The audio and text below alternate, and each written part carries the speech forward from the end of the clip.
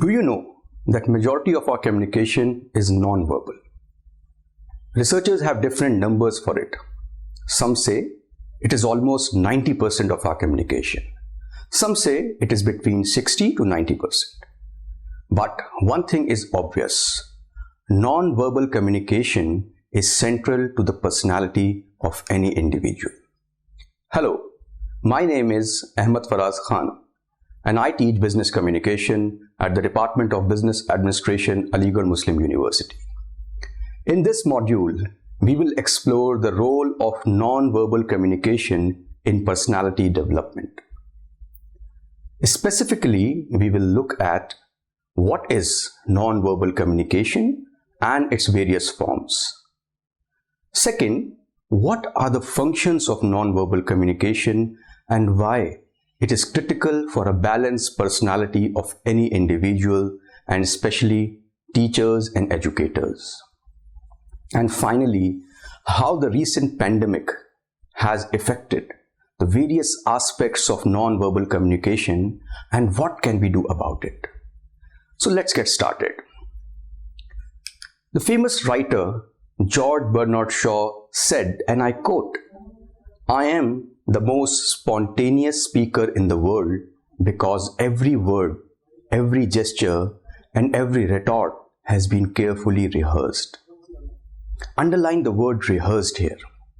Even the greatest of personalities in history understood the importance of non-verbal communication and rehearsed it, till it became part of their amazing and inspiring personalities. Whether it is a handshake or greetings, every gesture is rehearsed.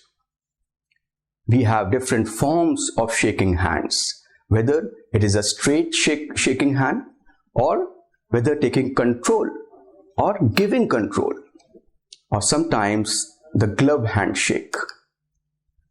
It doesn't stop here. It may also be the wrist hold or the elbow hold or the upper arm grip, or sometimes the shoulder grip also. Which is the favorite style of our dear Prime Minister? Yes, you guessed it right. It is the elbow grip. But now with pandemic, no more handshakes or hold of any kind. It's just namaste from a distance. So what is non-verbal communication? We define non-verbal communication in very simple terms as communication without words.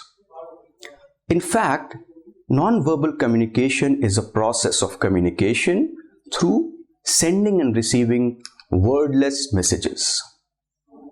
Now you may wonder, either sign language and written words, which are also wordless messages, can be considered non-verbal communication? So there is a bit of dilemma and debate going on. Many consider written words as non-verbal as well, because they say that handwriting or even font style, spacing, etc. convey few things about the personality of the individual. So some may consider handwriting as non-verbal communication too.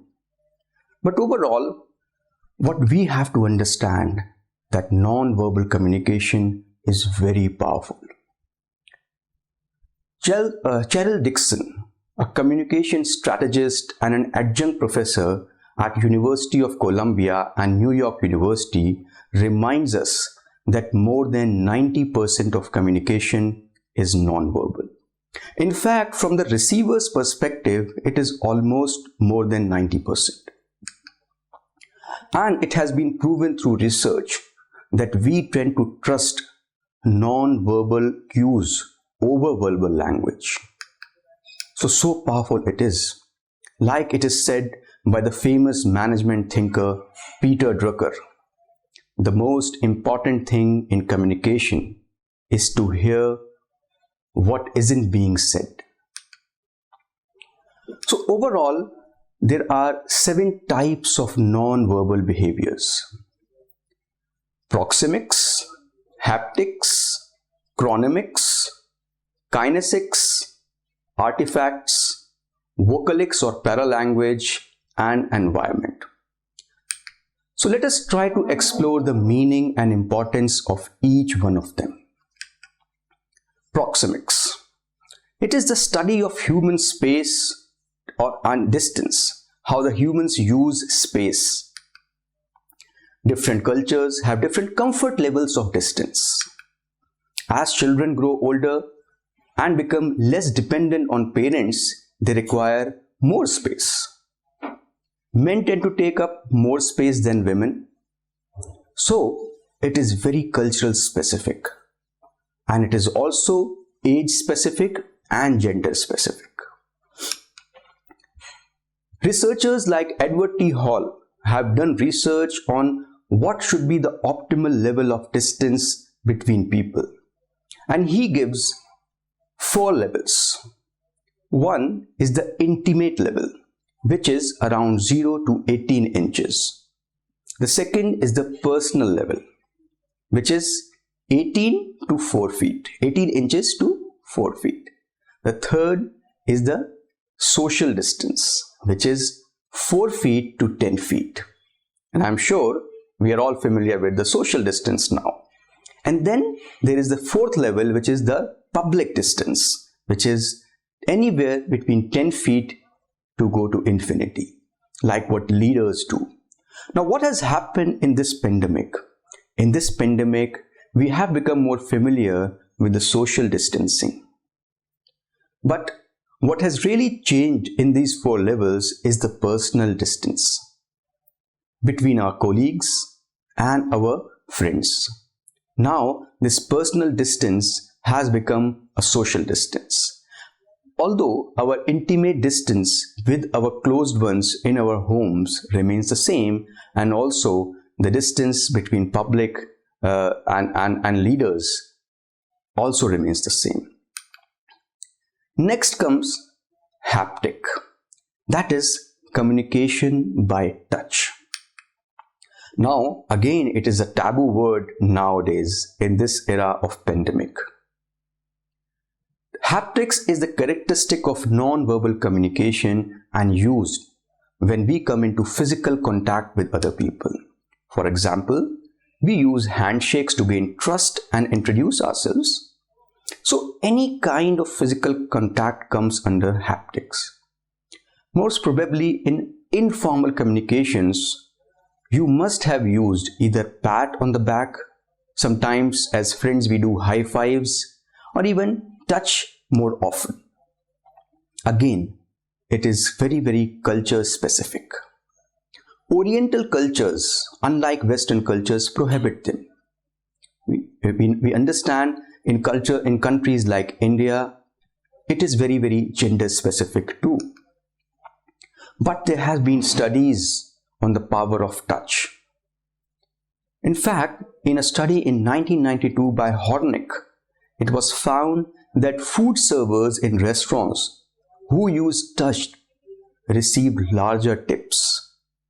In fact, in a very old study in 1976, they found out that students who were slightly touched by the clerk while checking out library books evaluated the library much more favorably than those who were not touched. It's amazing. So, as teachers, as educators, what is the importance of touch and proxemics?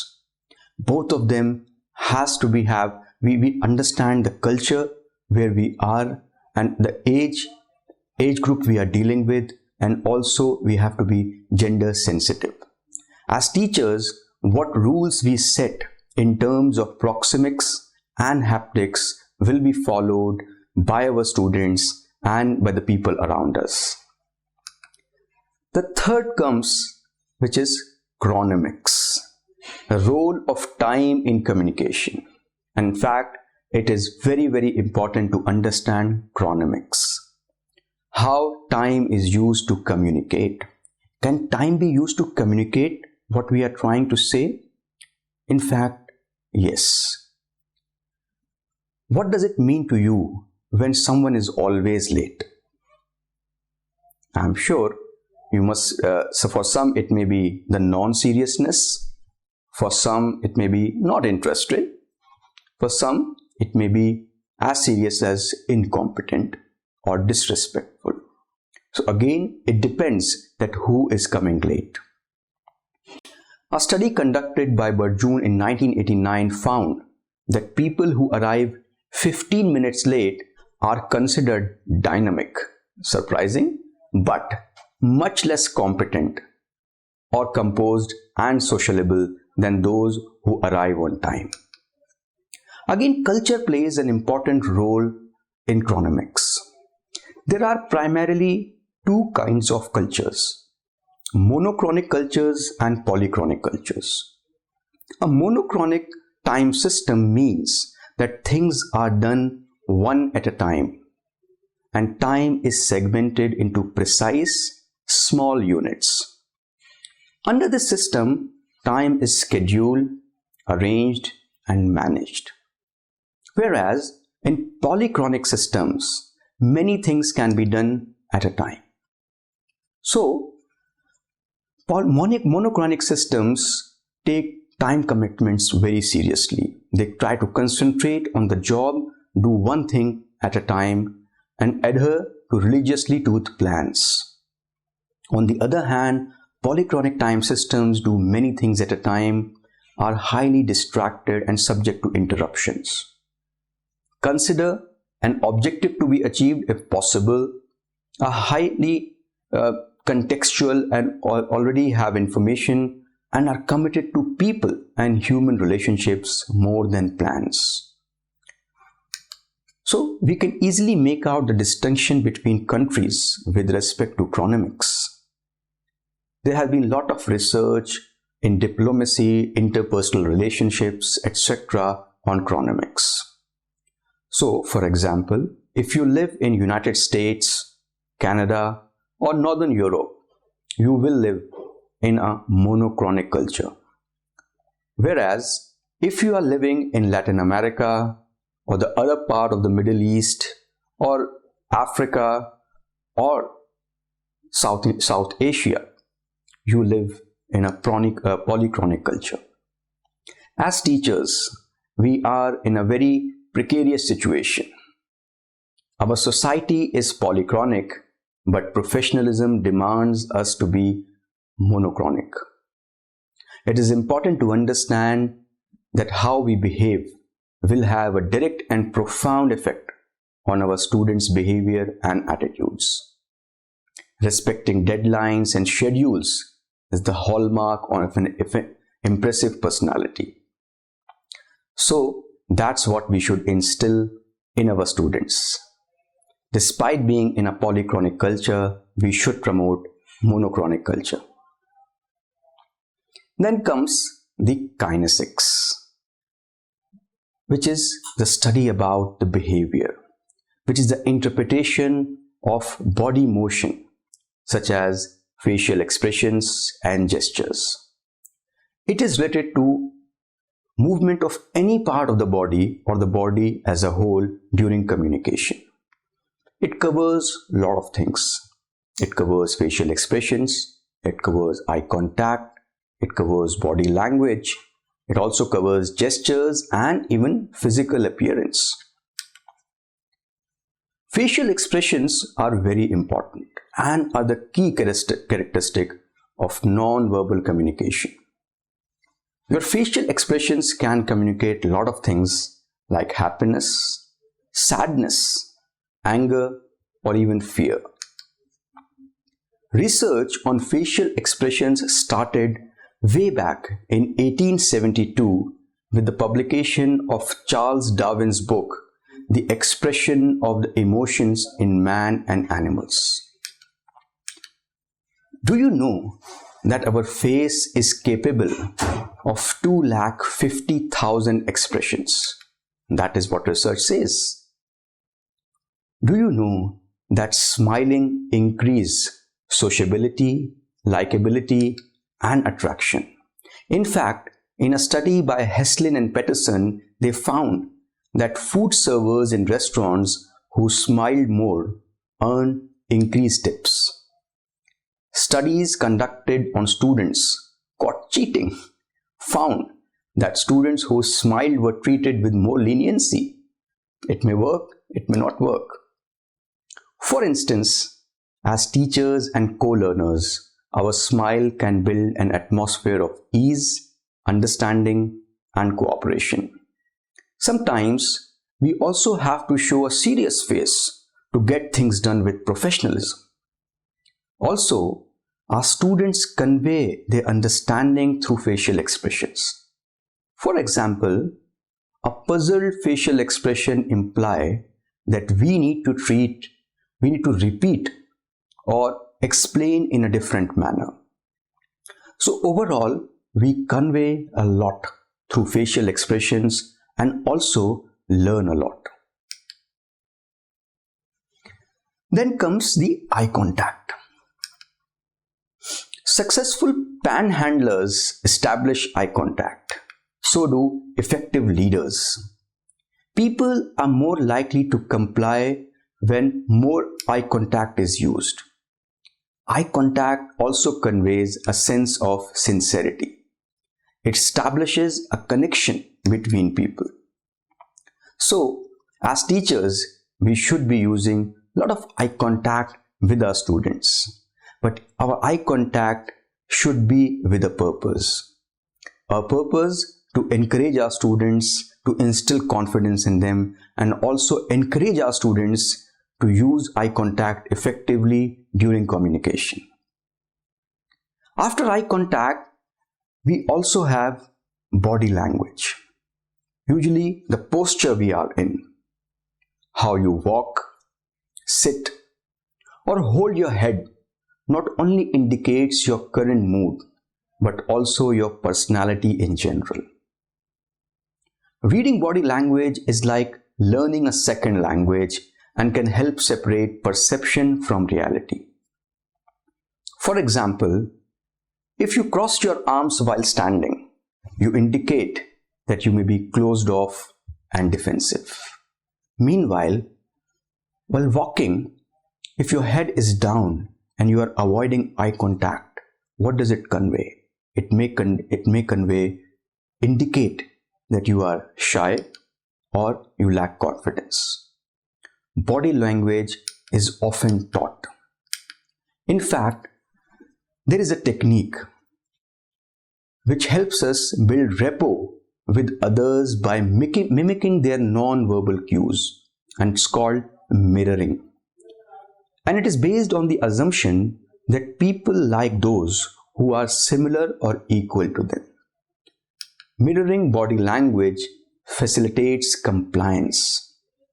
Many self-help groups suggest mirroring techniques to get people to like them. For example, the book Unlimited Power by Anthony Robbins also uses the technique mirroring in explaining a lot of things about body language. After body language, the next thing which comes under kinesics is gestures.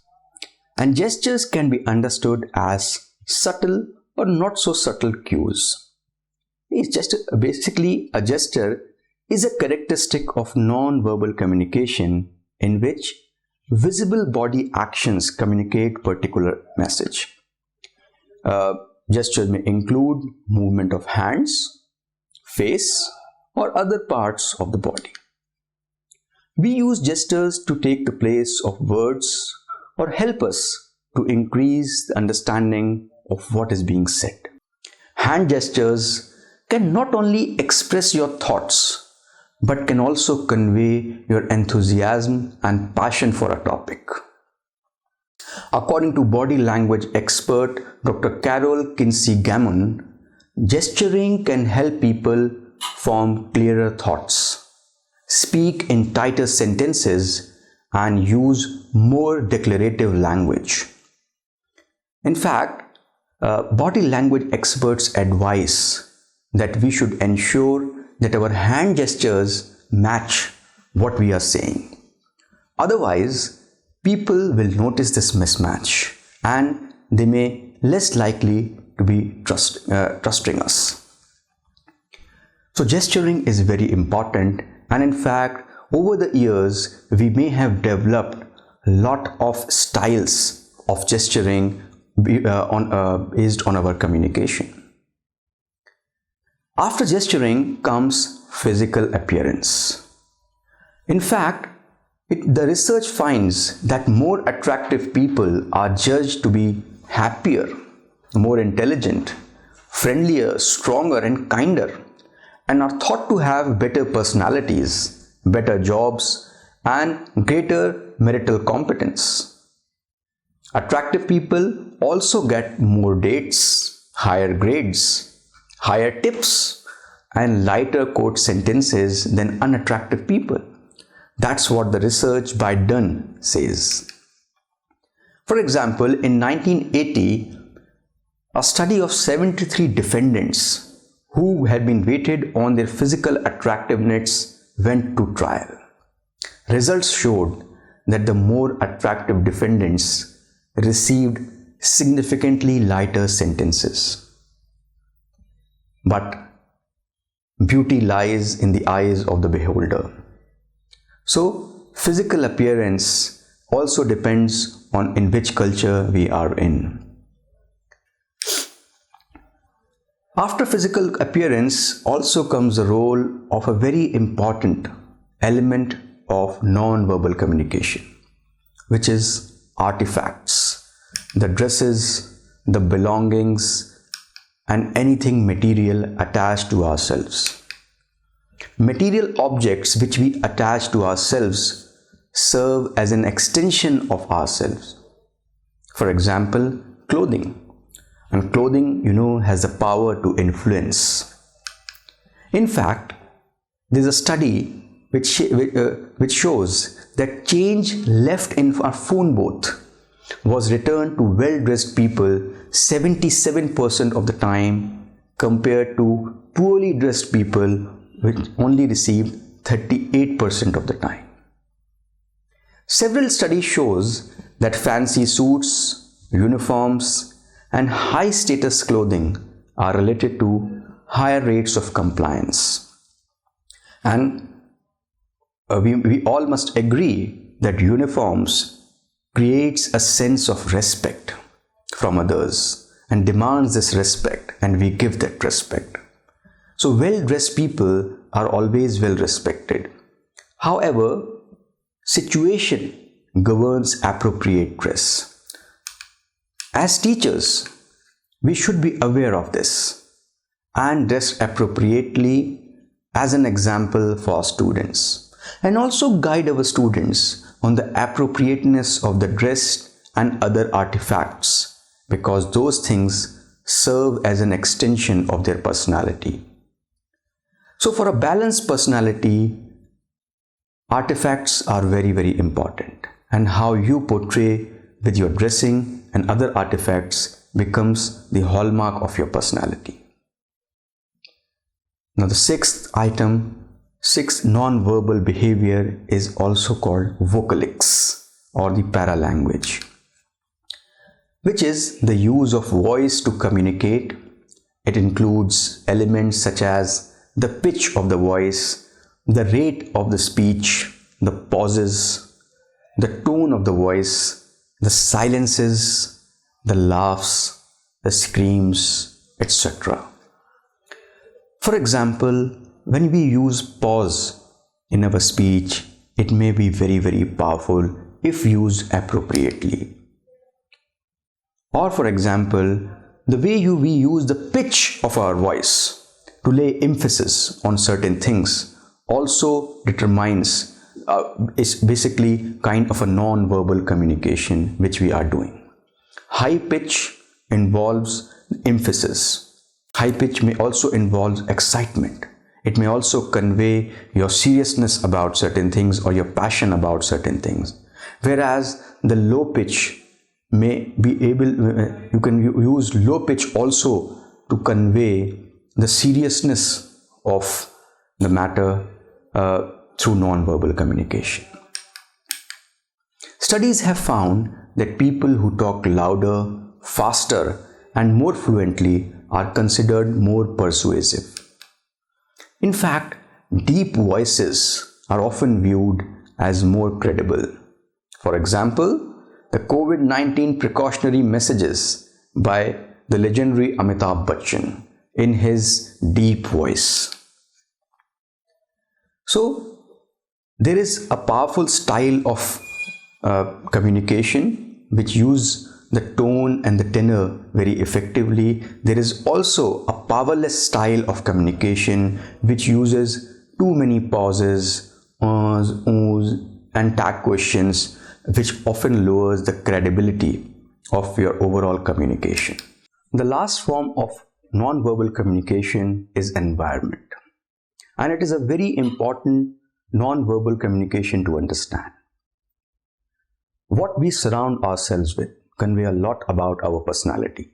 For example, the way we decorate our houses tells a lot about us.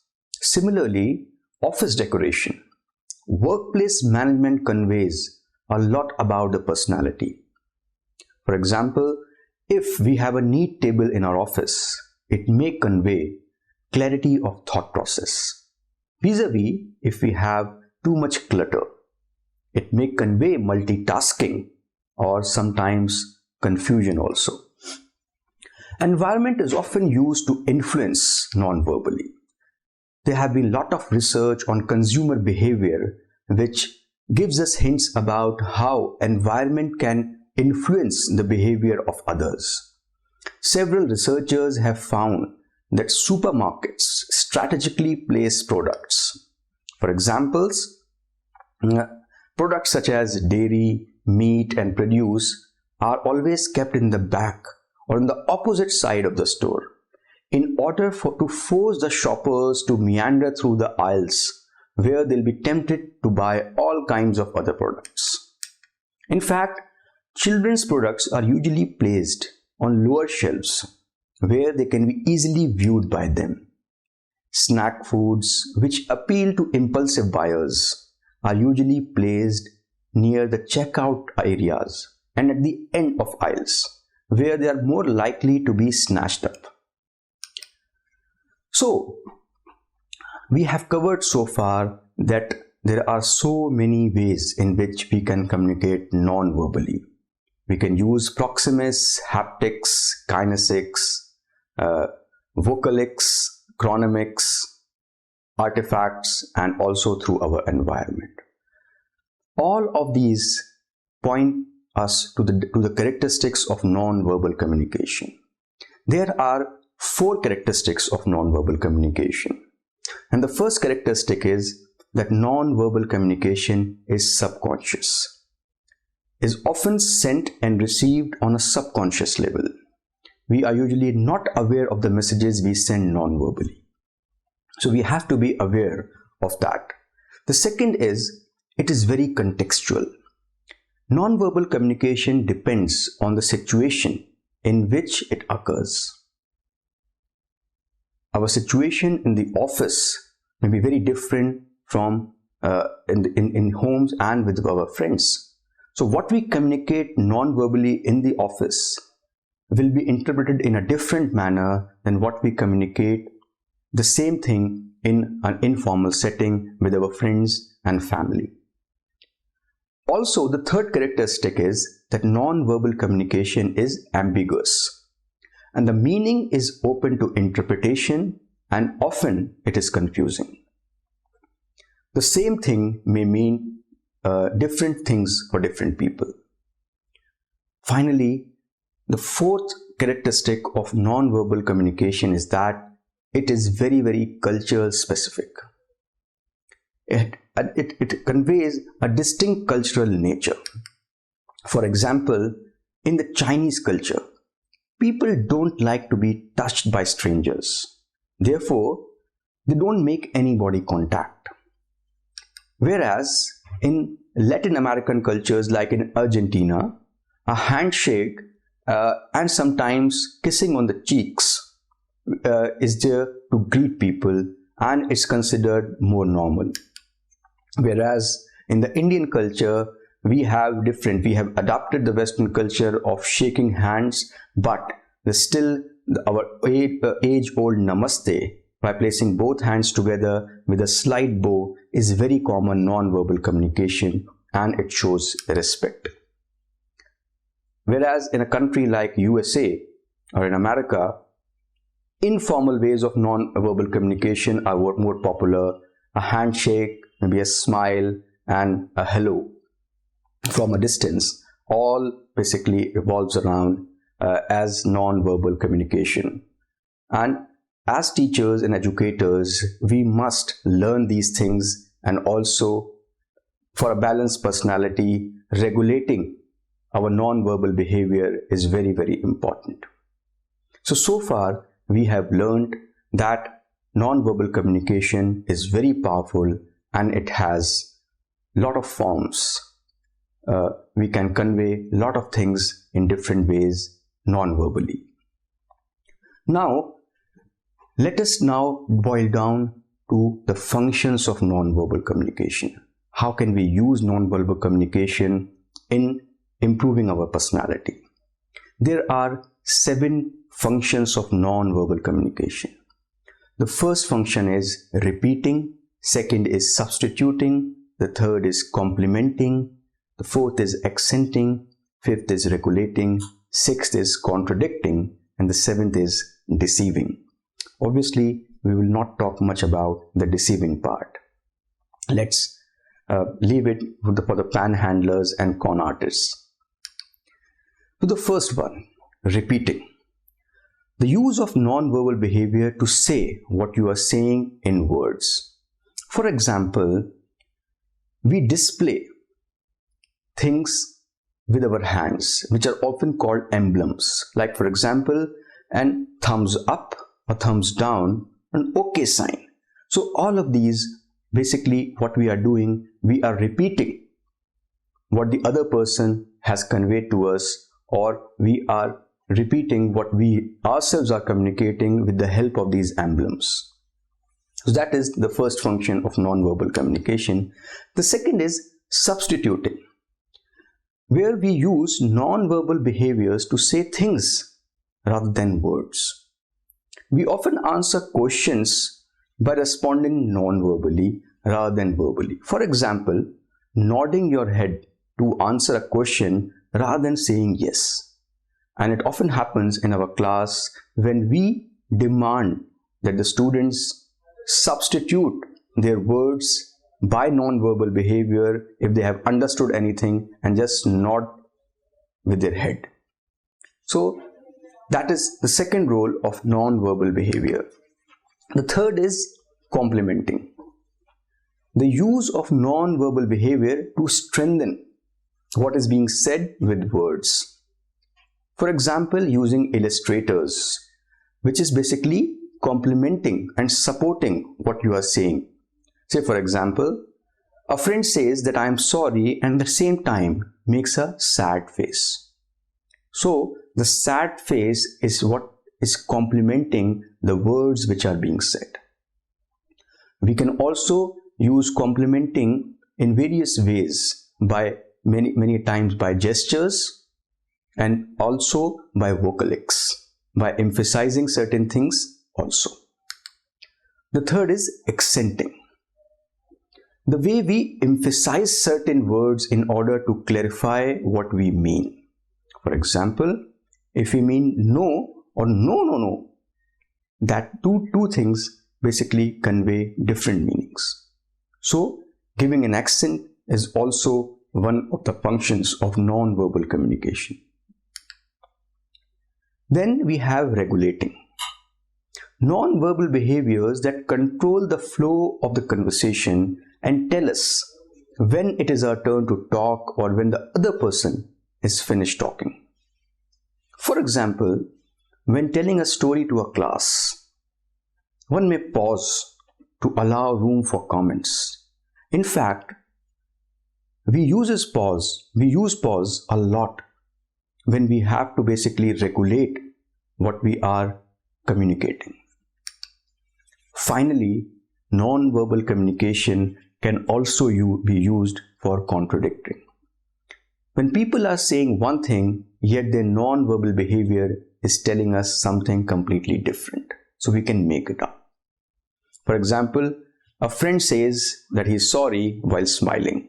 So it's a contradicting behavior. And finally, we have deceiving, which we will leave for other people, for other con artists and panhandlers to learn for themselves. Overall, according to Professor Jeff Thompson, we can better decipher non-verbal signals by remembering the 3 C's of non-verbal communication: context, clusters, and congruence. We have already covered congruence, comparing spoken words to body language and tone.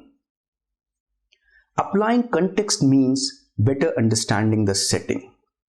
For example, knowing that someone has anxiety can explain why they appear tense during, say, a fireworks display. Finally, using clusters mean using not one but multiple expressions or movements to influence our interpretation of a person's body language. So we can remember that these 3 C's, clusters, congruence, and context, can help us decipher the non-verbal communication of others. So far, we have covered what is non-verbal communication, what are the various forms of non-verbal communication, and what are the various uses and functions of non-verbal communication for us as teachers and how we can use them. Now the final question comes: how has this pandemic affected non-verbal communication? So what has changed due to this pandemic? A year ago, it might have been perceived as rude if you moved to the other side of the road when you saw someone coming. Now, that is more likely to be interpreted as a sign that you care. Face-to-face interactions has dwindled drastically in the last 1 year. We are using video conferencing a lot. During video conversations and video conferencing, we miss observing body language. When we wear masks, we lose the ability to interpret the critical facial expressions. Plus, our own ability to convey emotions through facial expressions is limited. So what can we do? First thing, we should stop comparing how we communicate now to how we used to communicate. It's not going to help us move forward, because it is not an event that only requires us to make few tweaks in our lives. This is a new way of living. And the more creative and open we are about doing new things, the better we are going to do. And the second thing is that we might need to step up communication in general. We might need to do more communication through these mediums because of the limitations of these mediums in expressing our non-verbal communication. So how do we navigate and embrace non-verbal communication during COVID-19? The very first thing we should always remember while communicating is that we need to show compassion. We need to be compassionate with ourselves as well as with others. This is a hard time. So communication may not be perfect. We need to show compassion a lot. The second is we need to enjoy solitude. Start enjoying solitude, because there will hardly be any time in our lives like this where we have so much time to ourselves. And in this enjoying the solitude, we may also start throwing light and shedding light on our own behaviors, on our own personality, and our own communication. Third is practicing mindfulness. Relaxing our minds, doing yoga, doing meditation, all of these can help us relax and also bring forth the negative aspects of our behaviors, including our behaviors during communication, which may be non-verbal, which may be habit disorders. Third, voice our interpretations and reactions. Say, for example, when we are in a video conferencing, we need to practice that whatever we interpret, we need to verify that what we are interpreting is right or wrong. So this is a new kind of communication which we need to practice, verifying our interpretations from the speakers or from the people who are communicating with us. Initially, it may sound odd, but overall, in this process, it will help us using the technologies better and making our communications better. And finally, think about what you value and what you miss in your communication. It's time to reflect on the communications of people whom we admire, whether they are our leaders, whether they are historical personalities, whether they are colleagues, the friends. Think about what you value in their communication and learn. Because, like it is said by George Bernard Shaw, that every action is practiced, everything is rehearsed. For great personalities, communication is rehearsed, and even non-verbal communication is practiced. So overall, in this pandemic, the burden on language and tone to express the full meaning actually increases a lot. This pandemic is shaping our personality, whether we are aware of it or not, whether we like it or not. A lot of changes we are witnessing or undergoing may be permanent. We may not go back to our old ways. It may not happen. In such times, it is important that we practice compassion and revisit our communication, whether the verbal communication or non-verbal communication, and also revisit and reshape our personality for the better.